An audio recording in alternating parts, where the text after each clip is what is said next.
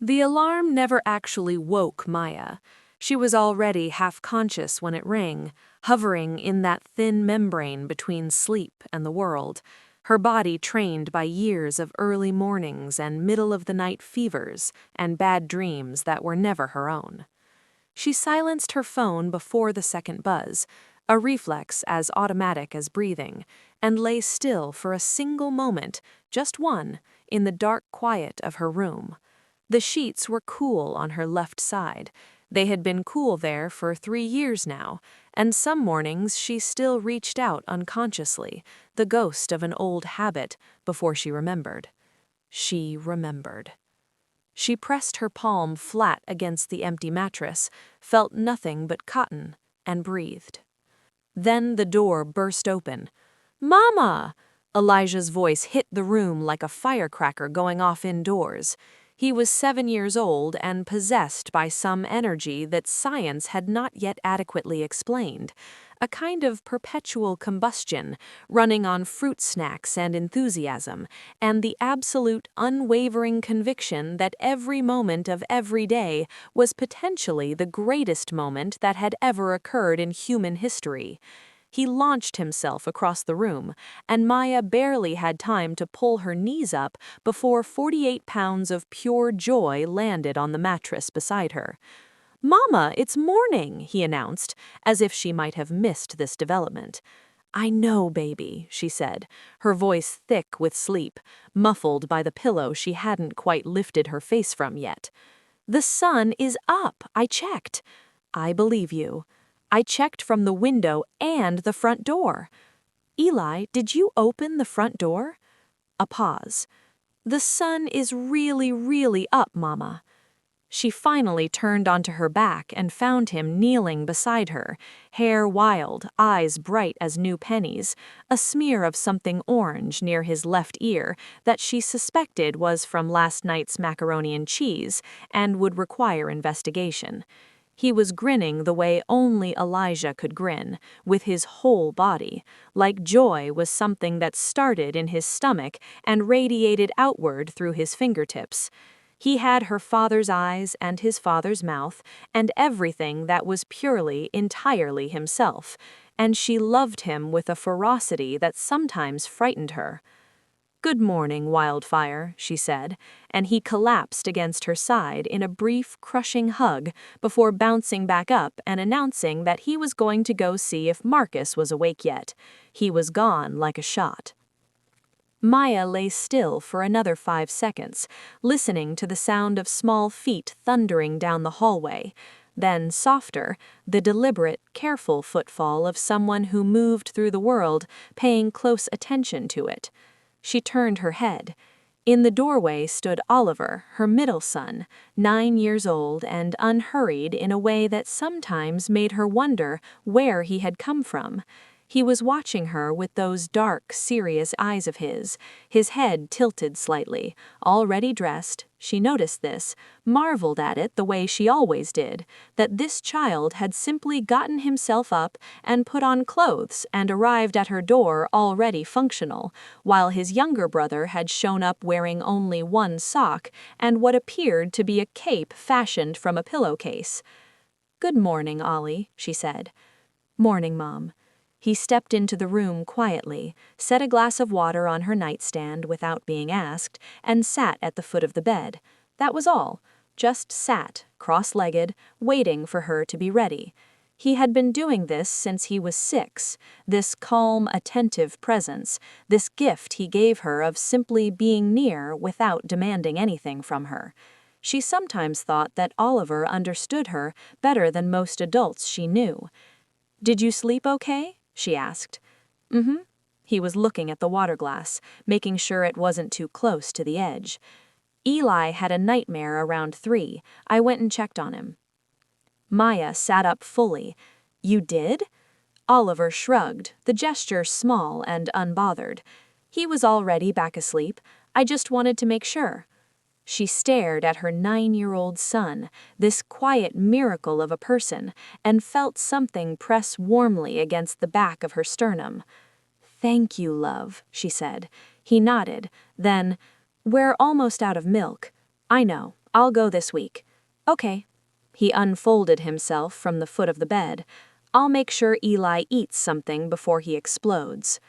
Marcus arrived last, as he always did. He was 11, and at 11, certain dignities were expected. He could not simply run into his mother's room and leap on her like a golden retriever, because he was nearly in middle school, and the world had to understand this about him. So he appeared in the doorway after. Saturdays belonged to Riverside Park. This had been true for 3 years, since the first Saturday after David left, after she had woken alone in the house for the first time, the boys asleep, the silence enormous, and known with a certainty that settled into her like ballast that she could not spend this day inside the walls of this house because the walls would close. She had gotten them up and dressed and taken them to the park, and Elijah had fallen in a puddle within the first 4 minutes, and Oliver had spent an hour watching a carpenter bee investigate a rotting fence post, and Marcus had climbed every climbable thing in the park with the focused intensity of someone trying to outrun something, and she had sat on a bench and watched her children and understood that this was what they were going to do. They were going to keep moving. She still thought of that first Saturday sometimes, on the days that were hard. It had become a kind of origin story for the 4 of them, the day they learned to stay in motion. This particular Saturday in late April was warm and tentative, the sky that clean-washed blue that only comes after rain. The park was full of the weekend sounds, children at high volume, dogs ranging at the ends of their leashes, the rhythmic squeak of the swings. Maya settled onto their usual bench with her coffee. She allowed herself one real coffee on Saturdays, in an actual travel mug, the kind with the seal that actually sealed, and watched the boys spread out across the playground like a small invasion. Elijah discovered the slide and a friend named Tyler within approximately 60 seconds of arrival, and the 2 of them fell into immediate and total alliance in the way of young children, without introduction or negotiation. Oliver found a quiet corner near the base of a large oak tree where something had caught his interest. She couldn't tell from here if it was an insect or a rock or the root structure. It was always 50-50 with Oliver, and settled cross-legged in the dirt with the tranquility of a small monk. Marcus joined a loose pickup soccer game happening near the edge of the field, inserting himself with the particular combination of confidence and studied casualness that 11-year-old boys deployed when they wanted to be included but needed it to look like they didn't care. She watched. She drank her coffee. She let the morning be good. Then a family arrived on the bench adjacent to hers. She noticed them the way she noticed everything, quietly from the side of her vision. A mother, 2 kids maybe 6 and 8, and a father who was clearly the kind of father who showed up on Saturdays. He had the easy, competent energy of a man who lived inside his own family without effort. He was carrying a small cooler, a soccer ball under his arm, and he was laughing at something his wife had said, a genuine laugh, the kind that lived in the chest. He set the cooler down, opened it, handed each of his kids a juice box with the automatic grace of someone practiced in small acts of provision, and then turned to the field and called out something encouraging to his son, who waved without looking back. Maya watched this and felt the thing she always tried not to feel, and then felt it anyway. It was not simple jealousy. She had moved past simple jealousy in year 1. It was something more complicated, more humane. A grief for an alternate version of this morning, one in which she could lean over and say something to someone who knew the boys as well as she did, who could take the overnight shift without being asked, who would have been there that Tuesday in February when Oliver came home crying because a kid at school had said something cruel, and she had sat with him for 2 hours, and afterwards still had to help Elijah with his reading worksheet and make dinner, and she had done all of it and done it well. But the weight of doing it had been a Tuesday in the way that only certain Tuesdays can be, the kind that starts wrong at 6 a.m. and compounds itself through the hours with a patient, systematic thoroughness, as if the day has a grievance and intends to see it resolved. The washing machine had made a grinding sound and stopped mid-cycle. She had called the repair service during her lunch break and learned that a service visit would cost $140 before they even looked at the problem. She had sat at her desk for 40 seconds after hanging up the phone, doing arithmetic in her head, moving numbers around the grid of their monthly budget like pieces on a board. And then she had gone back to work because there was no alternative to going back to work. The project she'd been on for 6 weeks had a setback. Her manager, who was not unkind but was perpetually overwhelmed and therefore occasionally careless, had sent an email that implied fault that was not hers in a way that was phrased carefully enough that addressing it would require more emotional energy than she currently had. She filed this away. She would deal with it Thursday. She kept moving. She left work 12 minutes late because of a call that ran over, which meant she was late to pick up Elijah from aftercare, which meant the $20 late fee that the aftercare director mentioned with the particular gentle neutrality of someone who had said this many times before. She paid it. She buckled Elijah into his booster with fingers that were not entirely steady. She picked up Marcus and Oliver from Marcus's friend's house, where Marcus had been helping Oliver with a science project, because Marcus, at 11, had somehow become the person his brothers went to for math and science help, a fact that filled her with a pride so enormous it was almost painful. She drove home. She made dinner, pasta again because she was tired and pasta was fast, and the boys, bless them, did not complain. She sat at the table and watched them eat and answered Elijah's questions about whether pasta was related to bread, helped Oliver review for his science quiz, reminded Marcus about the permission slip for next week's field trip, which she had signed this morning and which he had, she discovered, left in his locker. She did the dishes. She started the dryer on the laundry that had been stuck halfway through its cycle, the clothes damp and slightly sour, running it again and hoping for the best. She packed 3 lunches for tomorrow. She made sure Elijah had brushed his teeth, which required verification, as his report on having brushed them and the actual state of his teeth were frequently inconsistent. She answered an email from Oliver's teacher about a project deadline. She paid 2 bills online, watching the balance drop in her checking account the way water drops in a glass. At 9:30, the boys were in bed. The house was quiet. She sat at the kitchen table and did not cry because she was too tired to cry, which was its own kind of mercy. She just sat. Her coffee from this afternoon was still on the counter, stone cold. She looked at the ceiling. She looked at her hands. She looked at the list she kept on her phone of things that needed doing and counted. There were 14 items, and she would do them. She would do all of them. She always did. But right now, at 9:31 on a Tuesday, she was not able to feel the part where it was fine. She went to bed. She did not sleep well. In the morning, she moved through the routine on automatic, the machinery of it reliable even when she was running on empty. She got the boys up. She started coffee. She went to get glasses from the cabinet and found a note on the counter that had not been there the night before.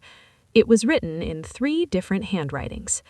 The first, large and looping, with several letters written in the wrong direction and one word spelled phonetically. "This is for you, Mama, because you work so hard and you are the best mom in the world, and we love you more than everything. We made breakfast. Elijah." And Oliver helped, and Marcus was in charge. The second, she had married David Reyes at 26 on a September afternoon that had been technically perfect. Clear sky, right temperature, the old oak tree in her parents' backyard throwing beautiful, dappled light across the faces of everyone she loved. She had been happy. She wanted to say that clearly, because the story of how things ended was not the story of how they began, and the beginning deserved its truth. She had loved him, and she had been happy, and they had built something real together, or tried to. He was charming in the particular way of men who have never had to try very hard, the kind of charm that fills a room without expending itself, effortless and therefore sometimes careless. He was funny and smart and had strong opinions about jazz and weak opinions about everything that required sustained effort. She had mistaken the first for depth and not noticed the second until the depth of other things required it. Marcus was born 13 months after the wedding, a shock to the system they handled with the panicked competence of young parents everywhere.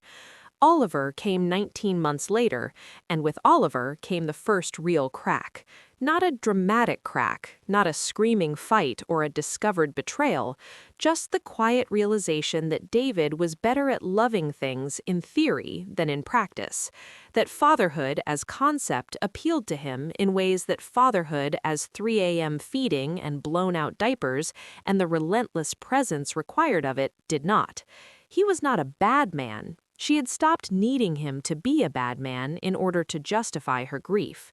He was a man who loved his children at the volume he was capable of loving them, and that volume was lower than what they needed. When she was 7 months pregnant with Elijah, David took a job in Seattle. It was a good job. He had argued it well. The money was better, the opportunity was real, they would work it out. She had believed him because she needed to believe him, because the alternative required resources she didn't have while carrying 40 extra pounds and chasing a toddler and a 3-year-old. He moved in April. He came back for Elijah's birth in June and held the baby with the genuine tenderness that was his best self. She had always known his best self, always loved it. And then he went back to Seattle, and the phone calls grew shorter, and the visits grew fewer, and the silence between them expanded and expanded until it filled every room of the house she was raising their children in alone. They did not have a dramatic ending. There was no one defining moment, no confession, no explosion. There was a phone call in October. Elijah was 4 months old, Marcus was almost 4, Oliver was 2, in which David said with the sort of exhausted honesty that only comes when a person has run out of the energy to maintain a story, that he didn't think he was coming back, that he thought they both knew this had been heading here for a while, that he was sorry, and he meant it, and he would pay child support and be in their lives. He would try. He wanted to try. She had been standing in the kitchen. She remembered this precisely. The yellow of the walls she'd been meaning to repaint, the stack of Oliver's picture books on the counter, the sound of Marcus's cartoons from the living room, the weight of Elijah against her chest in the carrier. She had said, "Okay, just that, okay." And she had stood there for a very long time after she hung up the phone, and then Marcus had called for her from the living room, and she had gone, because that was what you did. She had gone. He kept his word in the imperfect, intermittent way that men who are not bad, but are not present, tend to keep their word. Child support that arrived mostly on time, video calls that happened more often in the first year and then settled into their natural frequency, visits during holidays that the boys looked forward to with the particular, careful hope of children who loved someone who was not always there. She had decided early on that she would not poison the well. Whatever she felt about David, her sons loved their father. Her sons' love for their father was not a referendum on her pain. She held these two truths simultaneously and let them be. The first year alone was the hardest thing she had ever done. She would not sugarcoat this for herself, in the private accounting she did in the dark. It had been genuinely, structurally hard. The money tighter than she had expected, the loneliness sharper, the exhaustion compounding in ways that had no relief valve. There had been nights she had cried in the bathroom with the fan running so the boys couldn't hear, and then come out and read bedtime stories with the exact right voices. There had been a month in February when her car needed $200 in repairs, and she had moved grocery money around for 3 weeks. There had been a particularly bleak Wednesday when all 3 boys were sick simultaneously. Oliver with an ear infection that required a doctor's visit, Elijah cutting a tooth and inconsolable, Marcus running a... The bedtime routine on Friday nights was different from other nights. On ordinary nights, the routine was efficient because efficiency was necessary.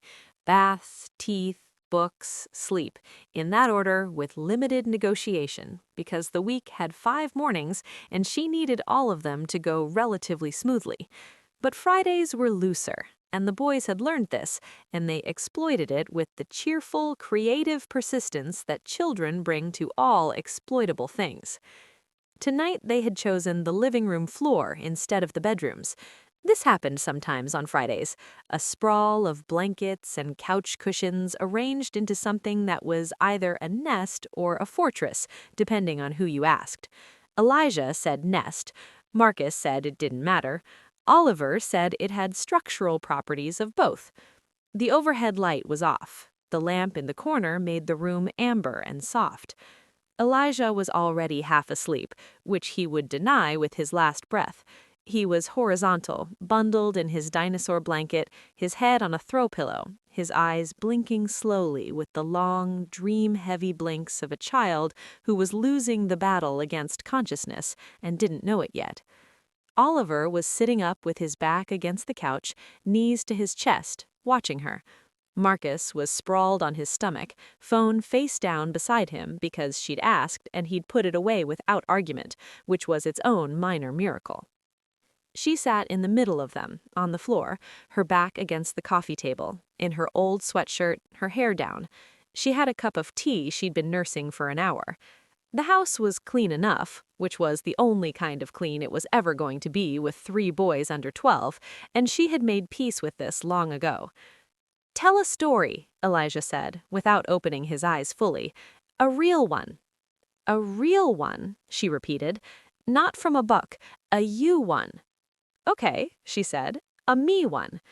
She thought for a moment.